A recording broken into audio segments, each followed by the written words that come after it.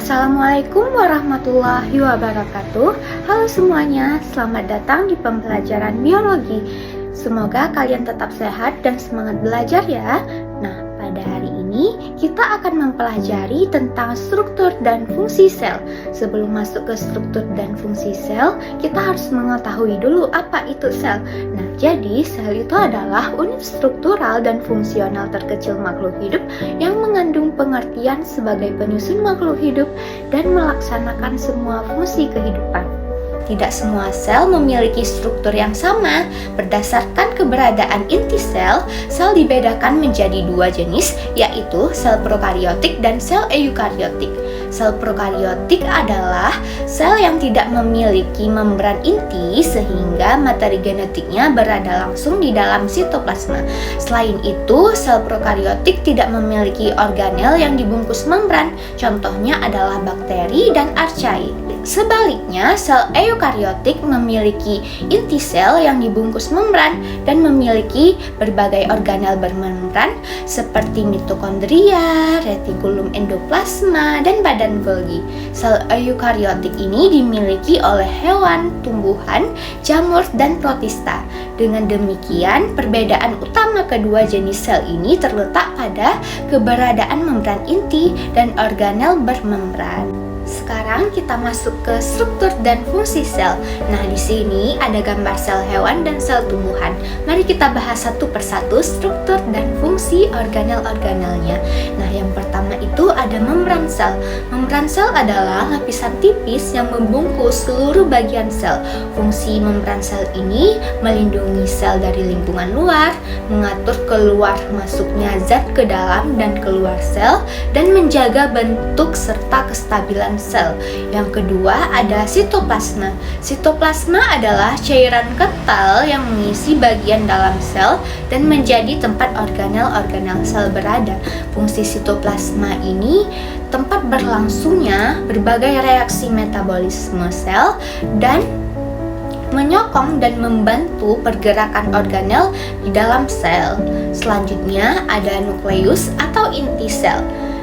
Nukleus adalah organel yang menjadi pusat pengendali aktivitas sel dan menyimpan materi genetik berupa DNA.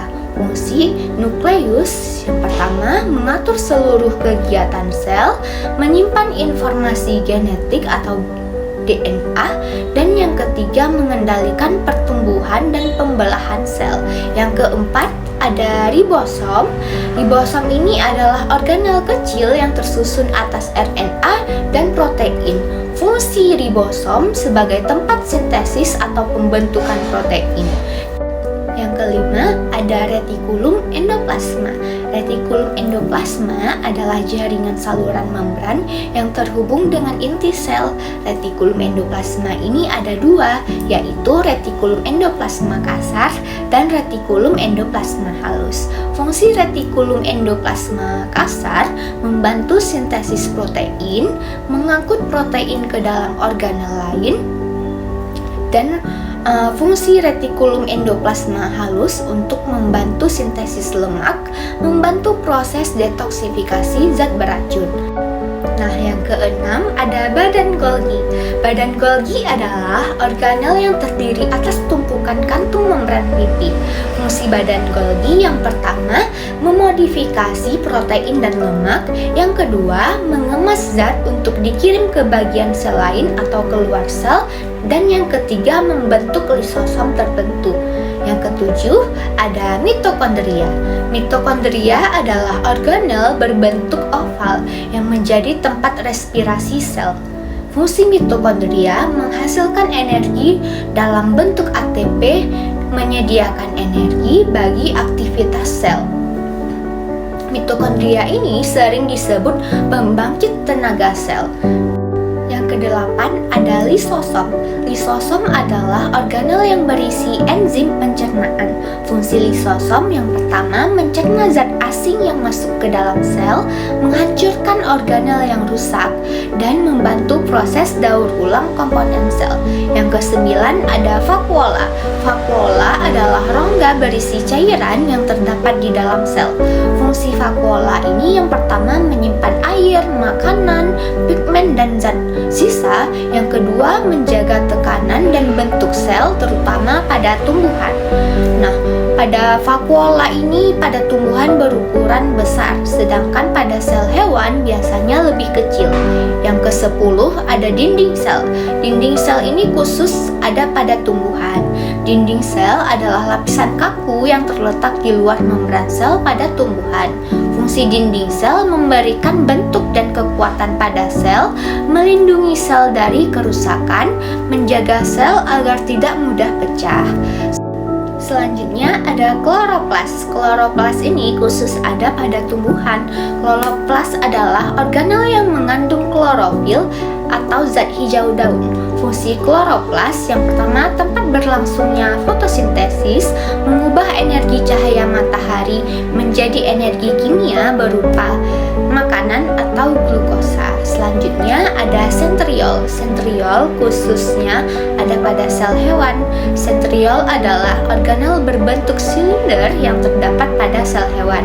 Fungsi sentriol yang pertama membantu proses pembelahan sel, membentuk benang spindle saat mitosis dan meiosis.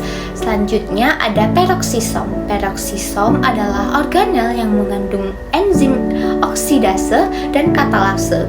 Fungsi peroksisom menguraikan asam lemak, menetralkan zat beracun seperti hidrogen peroksida, dan membantu proses detoksifikasi dalam sel. Nah, itulah struktur dan fungsi organel-organel sel. Jadi, organel-organel sel ini bekerja sama seperti bagian-bagian dalam sebuah kotak. Nukleus bertindak sebagai pusat pengendali, mitokondria sebagai pembangkit energi, ribosom sebagai pabrik protein, badan Golgi sebagai pusat pengemasan, dan membran sel sebagai gerbang yang mengatur keluar masuknya zat. Semua organel-organel tersebut saling bekerja sama agar sel dapat menjalankan fungsi kehidupan dengan baik.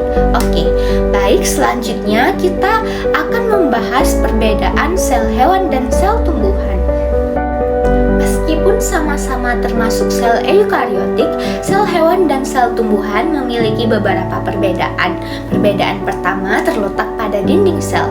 Sel tumbuhan memiliki dinding sel yang membuat bentuknya lebih kaku dan berfungsi melindungi sel. Sebaliknya, sel hewan tidak memiliki dinding sel sehingga bentuknya lebih fleksibel. Perbedaan kedua adalah kloroplas.